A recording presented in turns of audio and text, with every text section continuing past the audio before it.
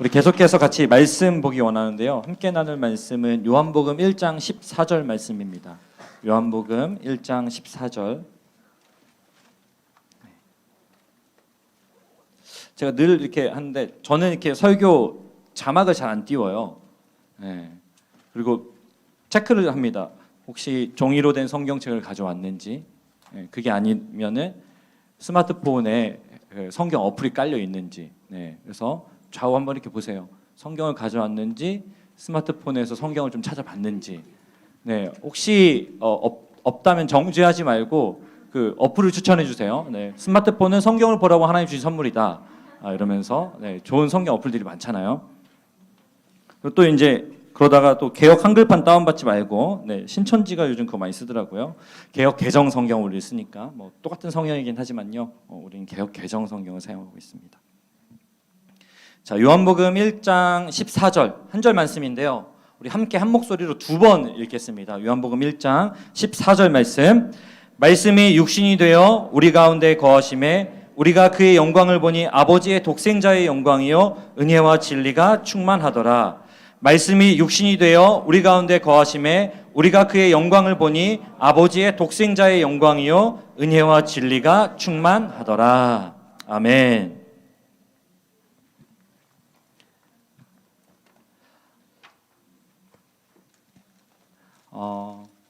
여러분 그 운명적 만남이라는 말이 있잖아요. 운명적 만남.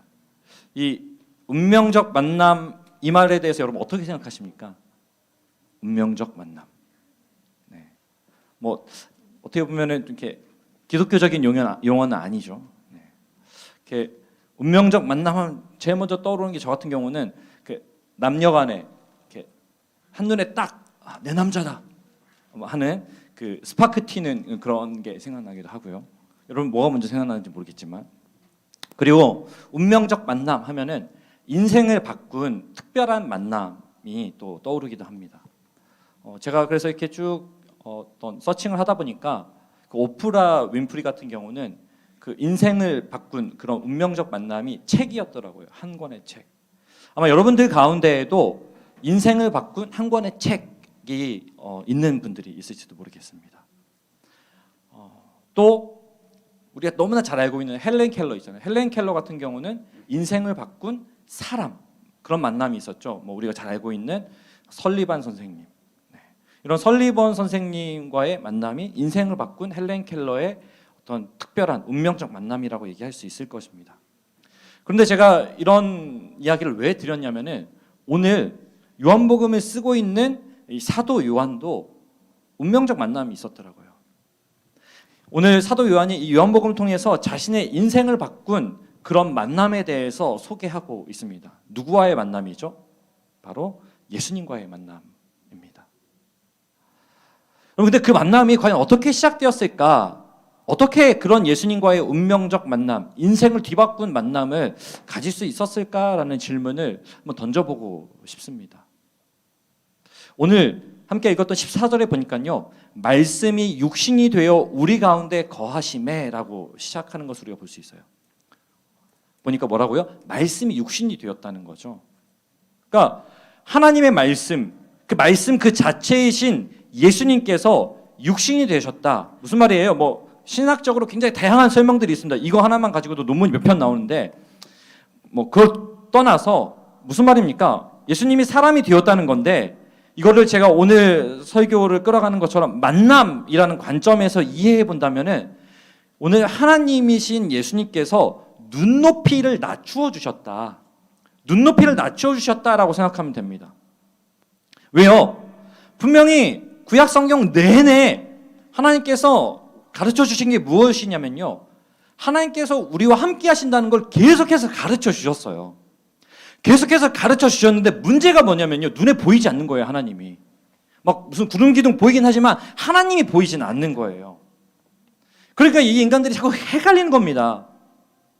그래서 눈높이를 낮춰주신 거예요. 하나님을 직접 보여주시는 겁니다. 어떻게 해요? 사람의 몸으로 이 땅에 오시는 거예요. 그래서 인간의 모습, 사람의 모습으로 육신을 입고 이 땅에 오셨다. 이것을 우리가 생각해 볼 수 있습니다. 근데 왜 그렇게 하셔야 됐냐라고 하는 거죠. 대체 왜? 왜 그렇습니까? 물론 우리의 죄를 위해서 십자가에 죽으시기 위해서, 인간을 대표하기 위해서라고 하면 교리적 설명도 너무나 맞고요. 거기에 덧붙여서 오늘 14절에 보니까 우리 가운데 거하심에.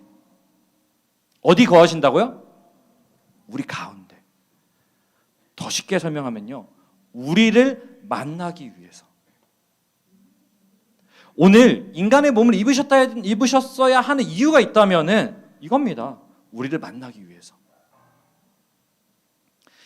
그래서 이 만남을 통해서 뭐 하려고요? 오늘 14절 계속 이어지는 말씀처럼 우리가 그의 영광을 보니 아버지의 독생자의 영광이요 은혜와 진리가 충만하더라. 뭔 말입니까?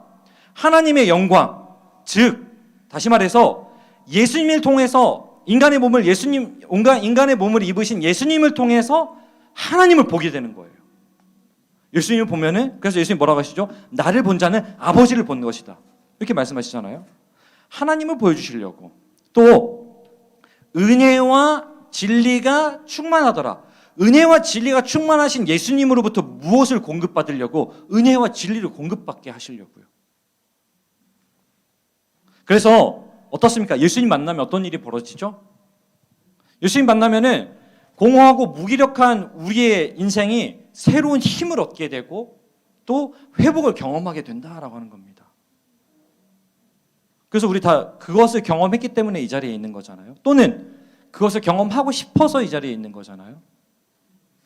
오늘 예수님께서는 우리에게 인간의 몸을 입고 우리를 만나러 이 땅에 오셨는데, 그것을 통해서 보이지 않는 하나님을 보게 만들고 또 보이지는 않는 하나님께서 우리에게 무한히 공급해 주기 원하시는 은혜를 공급해 주시기 위해서, 진리를 우리에게 깨닫게 하시기 위해서 오늘 예수님께서 직접 인간의 몸을 입고 이 땅에 오셨다라고 하는 것입니다. 문제는요, 이 예수님을 만나지 못하니까 공허감이 계속되는 거예요. 이 예수님을 만나지 못하니까 무기력함에 빠지게 되는 겁니다. 그러니까 어떤 일이 벌어집니까? 자꾸 다른 거 찾게 되는 거예요. 그래서 우리가 많이 하는 이야기 있잖아요. 교회 오면은 그냥 돈을 추구하고 잠이나 쉼을 추구하고 막 유흥을 추구하고, 뭐 돈이나 뭐 잠, 쉼, 유흥, 이게 잘못됐다는 얘기를 하는 게 아니에요.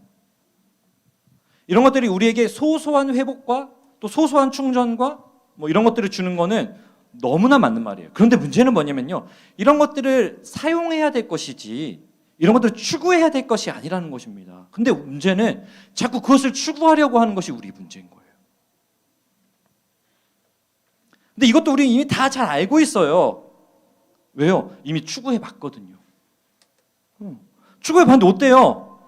해보니까 만족이 안 되거든. 제가 그 새가족 이제 등반하고 신방을 하잖아요. 제가 이제 나 왜 살지라는 질문 속에서 그 왜 살지라는 답을 찾고 싶은데, 그래서 해보니까 인간이 사는 이유 중에 하나가 행복하기 위해서 살려고 하는 것 같다, 이런 생각이 들었던 거죠. 그래가지고 어떻게 하면 행복하지 했는데 노니까 행복하더라. 그래서 진탕 놀아봤죠. 밤을 새워서 놀아봤죠. 그러면 이제 놀아봤죠. 이러면은 제가 물어보면은 20% 정도는 저는 체력이 안 돼서 날 새워서는 못 놀아요, 이렇게 얘기하고, 거의 80% 정도는 대부분 이렇게 얘기합니다. 네. 더 재밌는 건 뭐냐면요, 어땠어요? 그러면은 거의 다 이렇게 말합니다. 놀 때는 재밌었어요. 근데 놀고 나서 집에 돌아갈 때, 또 노는 게 끝났을 때 허무하더라고요. 그럼 제가 이렇게 물어봅니다. 혹시 남들 출근할 때 진탕 놀고 들어가 본 적 있어요? 그럼 그 중에 한 절반은? 어땠어요? 그러면은 너무 좋았어요. 그들은 출근하고 나는 막 진탕 놀고 싫어하니까 너무 행복해서, 이렇게 말하는 사람이 없다는 거예요. 저도 그랬습니다. 약간 이런 표현이 적절한지 모르겠지만 약간 벌레가 된 느낌? 나 뭐 하고 있지? 라고 하는 이 질문이 찾아오는 거죠. 우리로 다 해봤어요. 이걸로 진짜 만족이 되지 않는다는 걸 아는 것입니다. 그런데요, 저도 그렇고 우리 많은 동역자들이 그렇습니다. 뭐요? 예수님 만나니까, 예수님 인격적으로 체험하니까 그래서 예수님을 만나서 하나님의 영광을 보고 하나님의 은혜와 진리를 공급받으니까 다른 것보다 이게 추구해야 될 것이라는 것을 너무 절실하게 깨닫는다는 것입니다. 끊어지더라는 거예요. 이게 왜 그러냐면요, 하나님의 영광을 보고 은혜와 진리를 공급받는다는 것은 뭐냐면은 하나님과 관계가 회복되었다는 걸 말하는 거예요. 그러니까 우리는 하나님과의 관계가 단절되었기 때문에 하나님으로부터 무한히 은혜와 진리를 공급받아야 되는 존재가 우리인데 그 하나님으로부터 공급이 끊었어요. 관계가 끊어졌어. 더 이상 공급이 안 돼요. 그러니까 채워지지 않는 공허함과 무기력함이 남아있는 것입니다. 근데 예수님을 통해서 그게 회복되는 거예요. 다시 말해서 하나님과 모든 것의 근원 되신 하나님과의 관계의 회복이고 처음 창조했던 하나님의 형상의 회복을 바라는 것이에요. 근데 여기서 중요한 게 뭐냐면요, 예수님과의 만남이 그냥 순간의 만남이 아니라는 거예요. 그냥 예수님 딱 만나고 나니까 너무 좋네, 이게 끝이 아니라는 거예요. 오늘 함께 읽었던 14절에 보니까 우리 가운데 거하심에, 어떻게 하신다고요? 우리 가운데 거하셔요.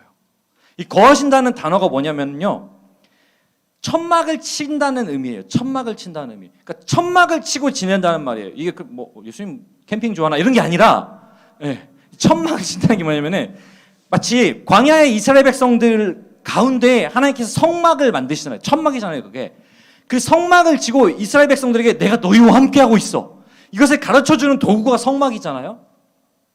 무슨 말이냐면은 우리 가운데 거하심에, 그래서 천막을 친다는 것은 우리와 완전히 함께 하신다, 우리와 동행하시고 우리와 동거하신다라는 의미예요. 우리 함께 사신다는 의미입니다. 다시 말해서 예수님께서는 육신을 입으셨는데, 예수님께서 육신을 입으신 이유가 뭐냐면요, 우리를 만나주시기 위해서뿐만 아니라 우리를 만나주시고 만나주셨으니 우리와 이제 계속해서 살려고, 우리와 함께 하시려고 오늘 예수님께서 인간의 몸을 입으셨다는 이야기예요. 그런데 성경을 보니까 예수님과의 만남이 순간의 만남으로 끝났던 사람들이 많이 있더라는 거예요. 예수님 당시에 수많은 군중들이 그랬습니다. 예수님께서 막 떡 주니까 엄청 열광했어요. 예수님께서 병 고치는 거 보니까 열광했습니다. 예수님께서 막 죽은 자 살리고 귀신 들린 자 고치고 이러니까 열광했습니다. 저분이 답이야 막 이랬습니다. 하지만 그걸로 끝난, 예수님이 붙잡히시는 순간 그 모든 것이 끝난 사람들이 굉장히 많다라는 것입니다. 그냥 자신에게 필요한 것을 얻거나 그냥 예수님 만난 그 신기함으로 끝나는 경우가 너무 많다라는 거예요. 그럼 어떻게 해야 될까요? 어떻게 해야 될까요? 예수님과의 만남이 순간의 만남이 아니라 예수님이 만나주심이 예수님과 함께함으로 이어지려면 어떻게 해야 되냐는 것입니까? 어떻게 해야 되냐는 것입니다. 제가 그래서 막 묵상을 하다 보니까 문득 떠오르는 그 장면이 하나 있었어요. 그게 뭐냐면 누가복음 24장에 엠마오로 가는 그 두 제자에 관한 그 이미지였어요. 두 제자가 예수님 만났습니다. 그래서 예수님 잘 따랐어요. 그래서 예수님 따르는 삶을 살았습니다. 그런데 문제는 뭐예요? 예수님이 십자가에 돌아가셨어요. 그렇죠. 십자가에 돌아가시고 나니까 이들에겐 낙담이 찾아왔습니다. 우리 어떡하지? 우리가 잘못된 길을 택한 건 아니었나? 이런 생각이 들었는지도 모르겠어요. 낙담, 공허함, 심지어는 의욕이 없어지는 무기력함, 이런 것들을 경험했는지 모르겠어요. 그래서 엠마오로 가는 두 제자의 그 모습을 제가 상상할 때마다 어떤 모습이냐면은 두 제자가 함께 엠마오를 향해 걸어가고 있지만 터덜 어떡하지? 그동안 우리의 걸음이 헛된 것이었나? 라고 하는 후회가 가득한 그런 걸음이었던 것 같다라는 그림이 그려지는 거예요. 여러분 그려보세요, 머릿속으로. 그런 무기력과 허무함, 낙담된 마음을 가지고 엠마오로 가고 있었을 거예요. 그런데 그 길에 예수님께서 찾아오셨습니다. 왜요? 이 두 제자를 만나주기 위해서.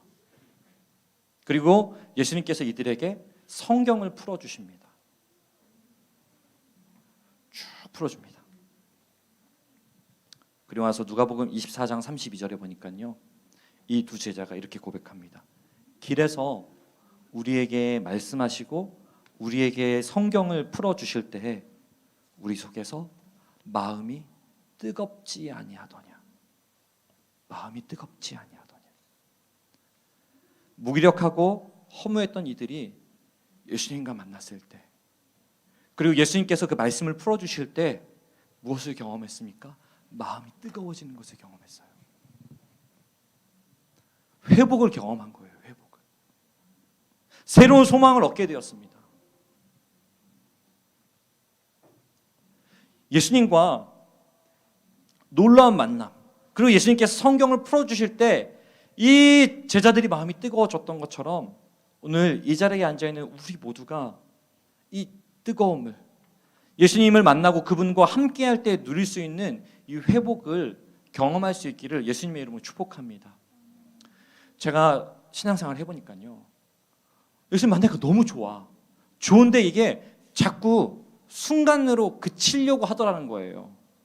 그래서 예수님으로부터 공급받던 은혜와 어떤 진리의 이 공급이 끊어지는 순간, 내가 그것에 소홀해지고 그것에 등을 돌리는 순간 어떤 일이 벌어지는가 하니까 되게 공허해지는 거예요. 분명히 만났는데, 분명히 이 길이 진리야, 이게 추구해야 될 거야 라고 깨달았는데 공허해지는 거예요.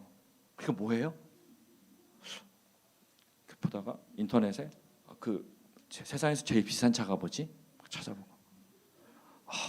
이 차 나도 한 번만 타보고 싶다. 어떤 기사들이 또 눈이 가냐면요, 뭐 몇 억짜리 집, 뭐 누가 샀다. 아씨, 쟤랑 나랑 뭐가 다른데? 그 집은 대체 어떻게 생긴 거예요? 로드뷰 막 해보고, 안 보이네. 그걸로 이제 만족이 안 돼요. 그러니까 뭐 세상에서 저거는 못하니까 세상에서 제일 맛있는 거 한번 먹어보고 싶다. 뭐 맛있는 게 뭔지 어떻게 알아? 그래서 하는 게 뭐예요? 평소에는 인스타그램도 잘 안 하던 사람이 인스타그램 켜가지고 맛있는 거 뭐 어디 없나? 요즘 뭐 좋은 카페 없나? 엄청 그러고 있는 거예요. 그러고 한참 있다가 후회합니다. 에이씨, 잠이나 잘 걸. 더 후회갈 때는 어떠죠? 내가 말씀 보고 찬양 들어야 될 시간에 뭐 하고 있니, 정훈아? 우리에게 이 회복이 필요한 거예요. 주님께서 찾아와서 말씀을 풀어주신 그 은혜. 그런데 오늘 예수님께서 이 두 제자에게 풀어주신 말씀은 구약성경이에요. 구약성경 39권. 근데 놀랍게도 오늘 이 자리에 앉아있는 우리 모두에게는요, 구약에 보너스까지 주셨어요. 예수님께서 뭐 신약까지 주셨잖아요. 66권이라고 하는 아주 풍성한 은혜를 우리에게 선물로 이렇게 주셨다는 겁니다. 그러면서 이렇게 말씀하세요. 뭐라고요? 히브리서 4장 12절에 보니까 하나님의 말씀은, 이 성경을 통해서 우리에게 전하지는 말씀은 살아있고 활력이 있어 좌우에 날선 어떤 검보다도 예리하여 혼과 영과 관절과 골수를 찔러 쪼개기까지 하며 우리의 마음의 생각과 뜻을 판단한다. 하나님의 말씀은 살아있고 활력이 있어 우리를 회복시키고 우리를 깨어나게 하고 우리를 충전하게 하고 우리에게 새로운 소망을 주는 그 놀라운 능력이 있다라고, 그래서 우리의 마음에 꺼진 불을 다시금 일으키는 그 뜨거움을 주는 것이라고 오늘 말하고 있는 거예요. 그것이 가능하도록 디모데후서 1장 14절에 보니까 우리 안에 거하시는 성령, 그것이 가능하도록 예수님께서 우리에게 두 가지를 주신 거예요. 하나는 말씀, 성경을 주셨고 또 하나는 성령을 주신 것이에요. 성령은 이미 우리 안에 계셔요. 이미 됐어요. 그럼 이제는 우리 뭐 하면 돼요? 성경만 들면 되는 거예요. 다 준비되었습니다. 이 능력을 알았기 때문에 우리 믿음의 선배들, 특히 존 웨슬레, 한 권의 책, 성경의 사람이 되길 원했잖아요. 나는 한 권의 책의 사람이 되길 원한다. 어떤 책? 성경의 사람. 왜? 그 능력을 알았기 때문에 그래요. 그리고 실제로 성경은 그렇게 우리 안에서 역사하는 거예요. 저는 하나님 안 믿고 싶어서 막 발버둥을 칠 때 놀랍게도 성경의 말씀, 히브리서 9장 27절, 한 번 죽는 것은 사람에게 정해진 것이니. 너무 당연한 말이잖아요. 성경이 너무 당연한 말이 써 있더라고요. 저는 성경에, 그때만 해도 성경에 뭐 귀신 얘기만 나오고 이런 줄 알았는데, 한 번 죽는 것은 사람에게 정해진 것이니. 맞는 말을 써놨네. 나도 모르게 끄덕했어요. 그 다음에 이어진 말씀이 뭐예요? 그 후에는 심판이 있으니.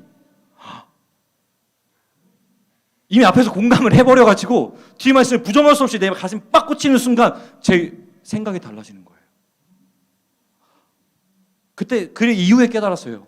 정말 성경이 살아있구나. 살아있는 성경이 내 삶을 바꿔놓고 살아있는 성경이 내 영을 깨워놓을 수 있구나. 그리고 나에게 새로운 소망을 줄 수 있구나.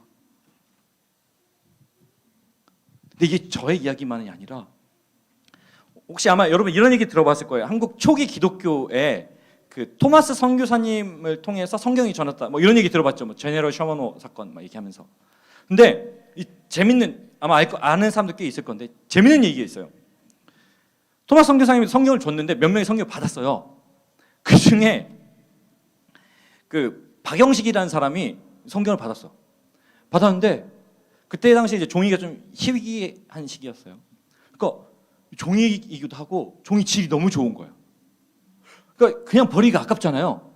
그래서 어떻게 했냐면 벽지로 썼어요. 집 벽지로 발라놨어요. 근데 그 집에 최치량이라는 사람이 자주 드나들었어요. 최치량이라는 사람이 자꾸 드나드는데 그 벽지에 글이 써져 있어서 자꾸 읽는 거예요.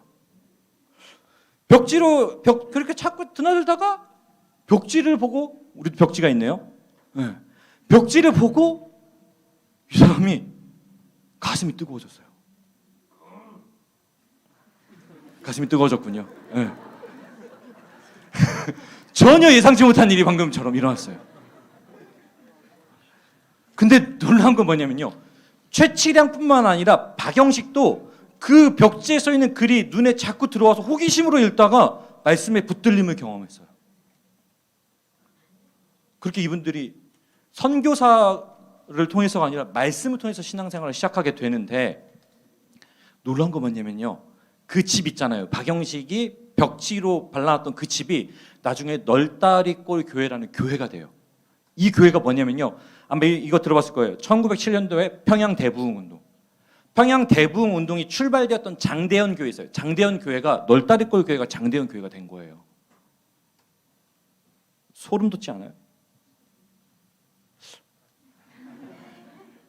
난 지금 갑자기 네. 여러분 말씀 살아있어요.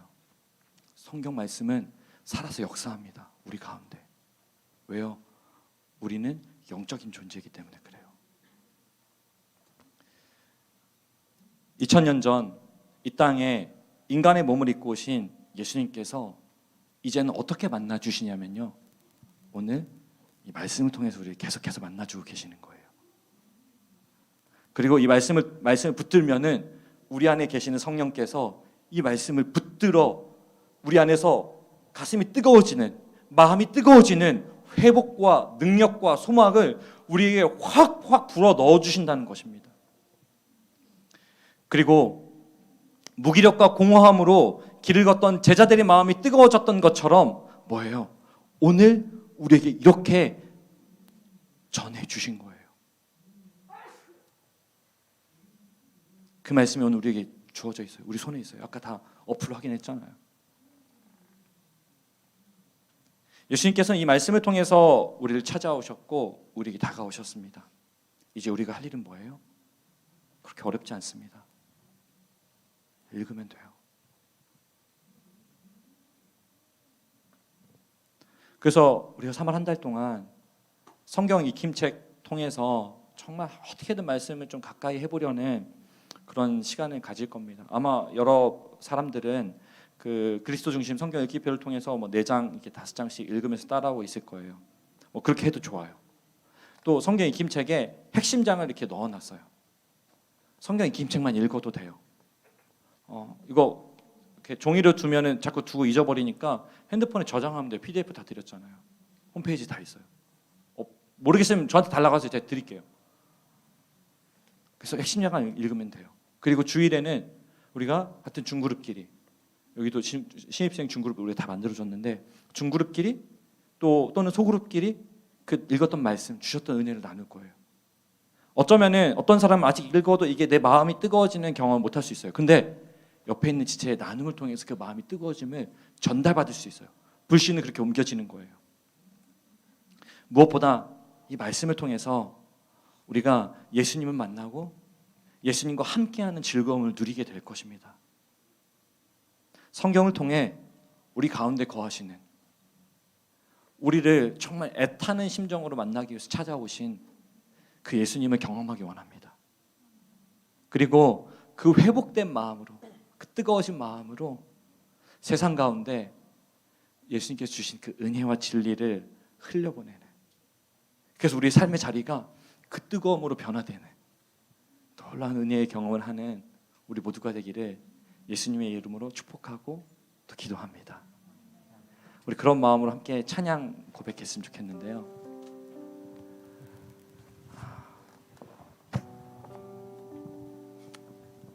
이 설교를 준비하면서 이 찬양이 너무 마음에 남았어요. 고와 같이 너희를 버려두지 않으리. 우리 인생 가운데 친히 찾아오셔서 우리의 마음을 회복시켜 주시는 그 성령님 우리 안에 계시고 그 말씀을 우리 예수님께서 우리에게 주셨습니다. 그렇게 성령님 내 안에 계심을 내가 믿습니다. 또 그게 느껴지지 않는다면 주님 이 시간 내게 찾아오셔서 다시 한번 내 마음을 회복시켜 주시옵소서.